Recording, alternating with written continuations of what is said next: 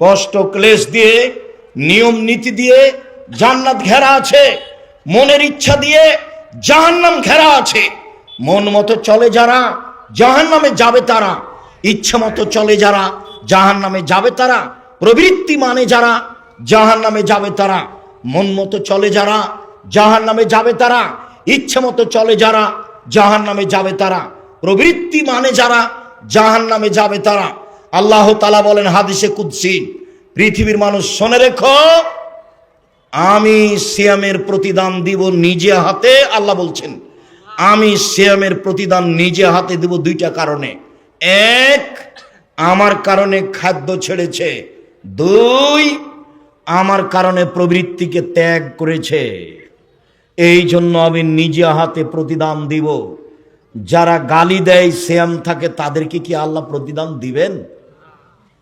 যারা বদনাম করে, গীবত করে, নগ্ন পোশাকে চলে, তারাকে কি আল্লাহ নিজ হাতে প্রতিদান দিবেন? প্রতিদানের আশাই, আল্লাহর হাতে হাতে প্রতিদানের আশাই মুখখান বন্ধ করে সমাজের একেবারে সাধারণ মানুষ হয়ে জীবিকা নির্বাহ করার চেষ্টা করুন। সম্মানিত দিনী ভাই বোন, ইবাদতের জগতে সবচেয়ে দামি ইবাদত সিয়াম। সংক্ষিপ্তভাবে বলি, মুহররমের সিয়াম ফরজ সিয়ামের পরে সবচেয়ে দামি সিয়াম হলো মুহররমের সিয়াম। আল্লাহর নবী মদিনায় গেলেন, দেখলেন মদিনার মানুষেরা সিয়াম আছে।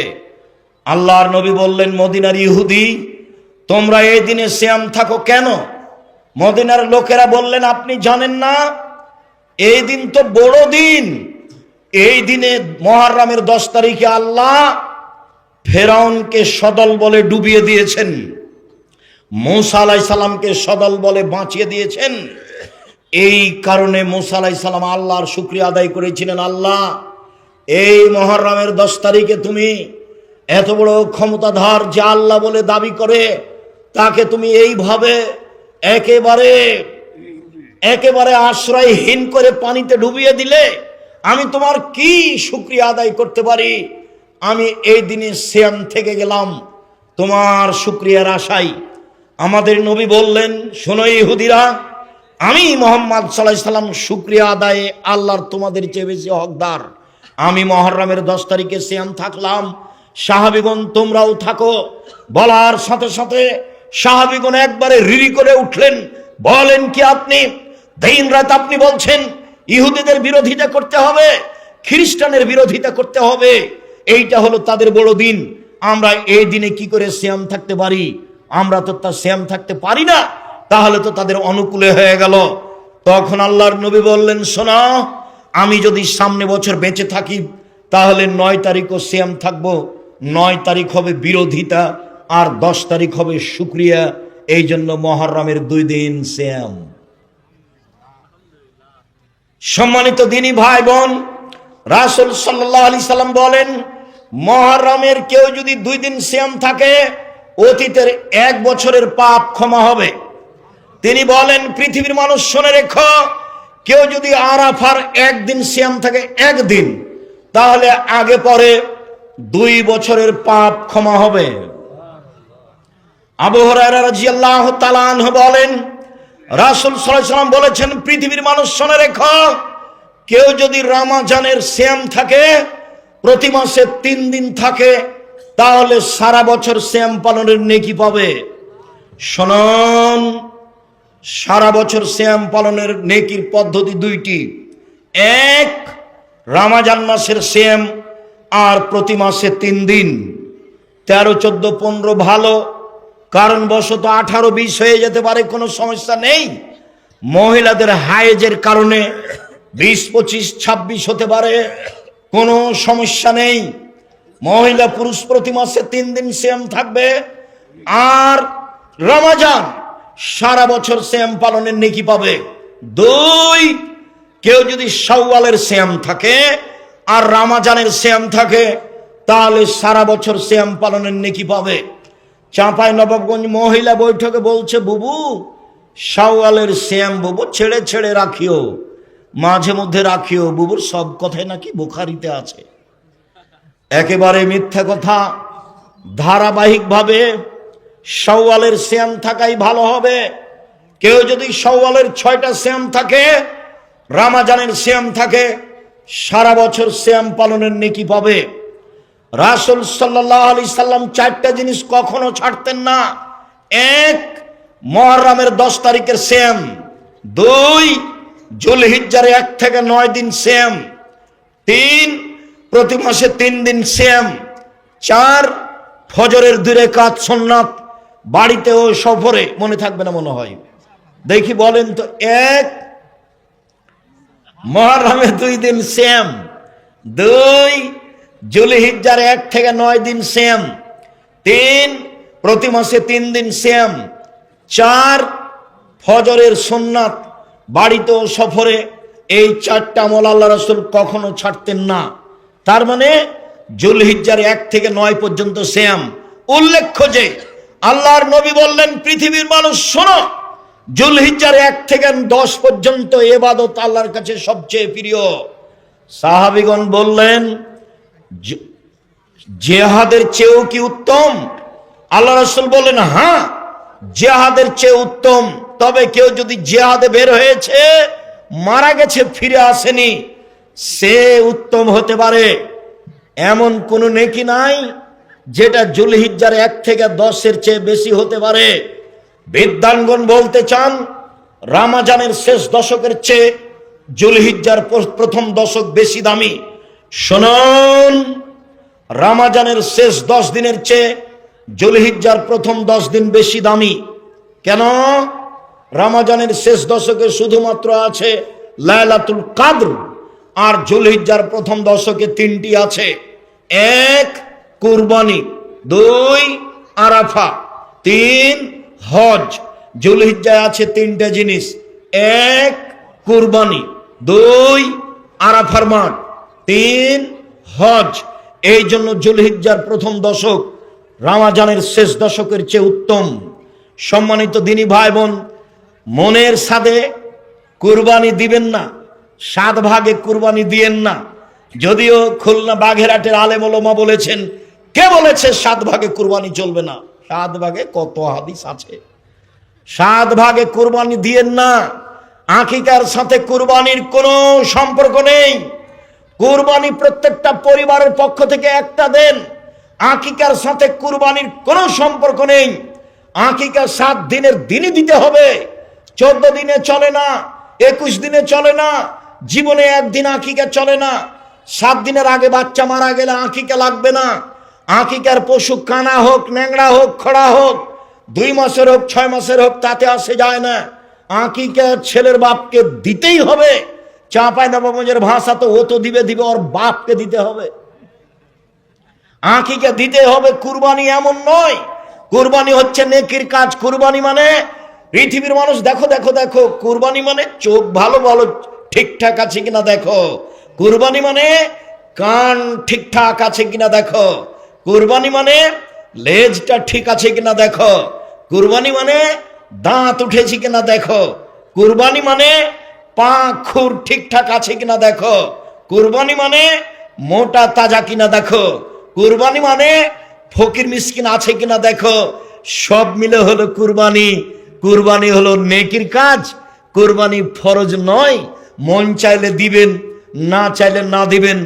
অনেক বড় নেকির কাজ। আপনার নেকির কাজ ছুটে গেল তো আপনার ব্যাপার, কে কি করতে পারে, তা ফরজ নয়।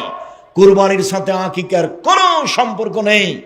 কুরবানির গোশত ফকির মিসকিনে খাবে, আকিকার গোশত আপনি খাবেন কি গ্রামবাসী খাবে সেটা আপনার ব্যাপার। আকিকার গোশত আপনার নিজস্ব গোশত, এখানে বিবেচনার কোনো সুযোগ নেই। বলছিলাম, সম্মানিত দিনী ভাই বোন, যুলহিজ্জার 1 থেকে 9 দিন সিয়াম চলেন। এবার বৃহস্পতিবার, সোমবার সিয়াম। রাসূল সাল্লাল্লাহু আলাইহি ওয়াসাল্লাম বলেন, পৃথিবীর মানুষ শুনে রেখো, বৃহস্পতিবার সোমবার মানুষের পাপ নাকি আল্লাহর দরবারে পেশ করা হয়। অনা উহিব্বু আইরফা আমালি ওয়ানা সায়েম। আমার মন চায়, আমাদের নবী বলেন, আমার মন চায় আমার যখন আমলটা আল্লাহর দরবারে পেশ করা হবে, তখন আল্লাহ দেখুক আমি সিয়াম আছি। নাও নাও আমার রিপোর্টটা সিয়াম অবস্থায় দেখো। এই কারণে রাসূল সাল্লাল্লাহু আলাইহি ওয়াসাল্লাম বৃহস্পতিবার সোমবার সিয়াম থাকতেন। চলেন শাবানের সিয়াম। সম্মানিত দিনী ভাই বোন, ওসামা ইবনে যায়েদ বলেন, আল্লাহর নবীকে আমি বললাম, আল্লাহর নবী, শাবান মাসে আপনি এত বেশি সিয়াম থাকেন কেন? তখন আল্লাহ রাসূল বললেন, শোনো, শাবান একটা মাস, রজব ও রমাজানের মাঝে মানুষ তাতে বেখিয়াল থাকে। শোনো, শাবান একটা মাস, রজব ও রমাজানের মাঝে মানুষ তাতে বেখিয়াল থাকে। অতুরফাউলা মালাইলা রাব্বিল আলামিন, বাৎসরিক রিপোর্ট আল্লাহর দরবারে পেশ করা হয় শাবান মাসে। অনা উহিব্বু আইরফা আমালি অনা সায়েম, আমার বাৎসরিক রিপোর্ট আল্লাহর কাছে পেশ করা হোক, তখন আল্লাহ দেখুক যে আমি সিয়াম আছি। আমি সাপ্তাহিক রিপোর্ট পেশ করতে চাই সিয়াম অবস্থায়। এই জন্য আমি বৃহস্পতিবার সোমবার সিয়াম থাকা ভালোবাসি। আমি বাৎসরিক রিপোর্ট আল্লাহর দরবারে পেশ করতে চাই সিয়াম অবস্থায়। এই জন্য আমি শাবান মাসে বেশি বেশি সিয়াম থাকি। আল্লাহ রাসূলের জানা ছিল না সেদিন 15ই শাবান। আল্লাহ রাসূল জানতে পারেননি যে সেদিন 15ই শাবান। কিভাবে ভারত, বাংলাদেশ, পাকিস্তানের আলেম ওলামা জেনে নিলেন সেদিন 15ই শাবান। তাই তারা কলকারখানা, অফিস, আদালত, কোর্ট কাছারি, শিক্ষা প্রতিষ্ঠান সবকিছু বন্ধ করে রাতে গোসল করে আতর গোলাপ মেখে দিনে সিয়াম থাকে। একবারে নগদ মিথ্যা, ডাহা মিথ্যা। আল্লাহর নবী রিপোর্ট ধরার জন্য বেশি বেশি সিয়াম থাকেন, আর আমি মাত্র একদিন। ধর্ম কি পাগল হয়ে গেছে? धर्म की राजशाही चांपानेर हवाई लड्डू, दोनों हाथ में लड्डू है, जो चाहे उसको खा ले, जो चाहे उसको छोड़ दे। भूल हिसाब। धर्म एकजনের কথা দিয়ে চলে যার নাম মুহাম্মদ সাল্লাল্লাহু আলাইহি সাল্লাম। শাবানের 15ই শাবানের জাল হাদিসে এসেছে 15ই শাবানে এক বছরে যত মানুষ মারা যাবে তা লেখা হয়। 15ই শাবানে এক বছরে যত প্রাণী জন্ম নিবে মানুষ তা সব লেখা হয়। 15ই শাবানে রুজি বন্টন করা হয়। এটা জাল হাদিস। কোরআন মাজিদে আল্লাহ বলেন রমজান মাসে লাইলাতুল কদরে সবকিছু লেখা হয়, 15ই শাবানে নয়। আল্লাহ বলেন কোন মাসে? রমজান মাসে লাইলাতুল কদরে। জাল হাদিসে বোঝা যায় 15ই শাবান, আর কোরআন মাজিদে বোঝা যায় লাইলাতুল কদর। শুনুন, জাল হাদিসে বোঝা যায় আল্লাহ নেমে আসেন সন্ধ্যার সময় 15ই শাবানে। নেমে এসে বলেন, কেউ কি আমাকে কিছু বলো, বলো আমি শুনবো। কেউ কি আমার কিছু চাও, বলো আমি দিব। কেউ কি ক্ষমা চাও, বলো আমি ক্ষমা করে দিব। যে যে বিপদে পড়েছে আমাকে বললেই ক্ষমা করে দেব। জাল হাদিসে এসেছে সন্ধ্যার সময় নেমে আসেন, আর বুখারী মুসলিমের হাদিসে এসেছে আল্লাহ তাআলা প্রত্যেক রাতে রাতের 3 ভাগের 2 ভাগ পার হওয়ার পরে শেষ রাতে নেমে আসেন। জাল হাদিসে কখন নেমে আসা প্রমাণ হয়?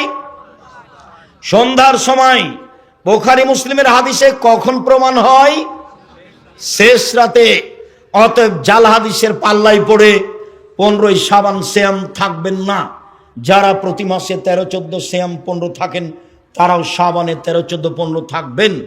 শুধুমাত্র শাবানে এসে 13-14-15 থাকবেন, এই নীতি বাতিল। আশা যে নফল সিয়াম পালন করে আল্লাহকে সন্তুষ্ট করার চেষ্টা করছেন। 1 মুহররমের 2 দিন সিয়াম, 2 আরাফার 1 দিন সিয়াম, 3 প্রতি মাসে 3 দিন সিয়াম, 4 শাওয়ালের 6 দিন সিয়াম, 5 যুলহিজ্জার একটানা 9 দিন সিয়াম, 6 শাবান মাসের একটানা 1 থেকে নিয়ে 15 তারিখ পর্যন্ত সিয়াম,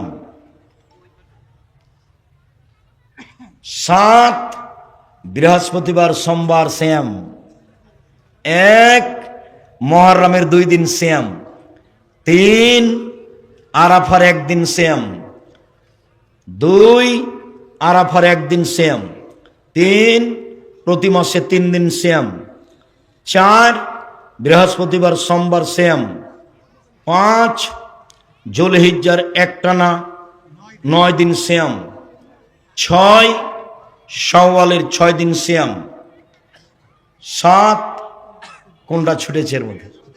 বৃহস্পতিবার সোমবার 7টা, 8টা করতে পারেন। একদিন সিয়াম একদিন এমনি, একদিন সিয়াম একদিন এমনি।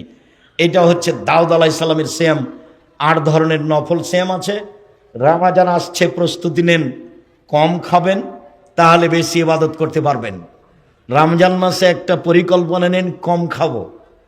খাওয়ার এত প্রস্তুতি নেই, ইফতারের এত প্রস্তুতি নেই, জুতা স্যান্ডেল কম কিনবো। আমি কোনোদিন ঈদ উপলক্ষে জুতা স্যান্ডেল কিনিনি, আছি তো বেঁচে। ঈদ উপলক্ষে কাপড় চোপড় কিনিনি, আছি না বেঁচে? আছি তো, এই যে আপনার সামনে তার কথা বলছে। আলহামদুলিল্লাহ, আলহামদুলিল্লাহ। সম্মানিত দিনী ভাই বোন,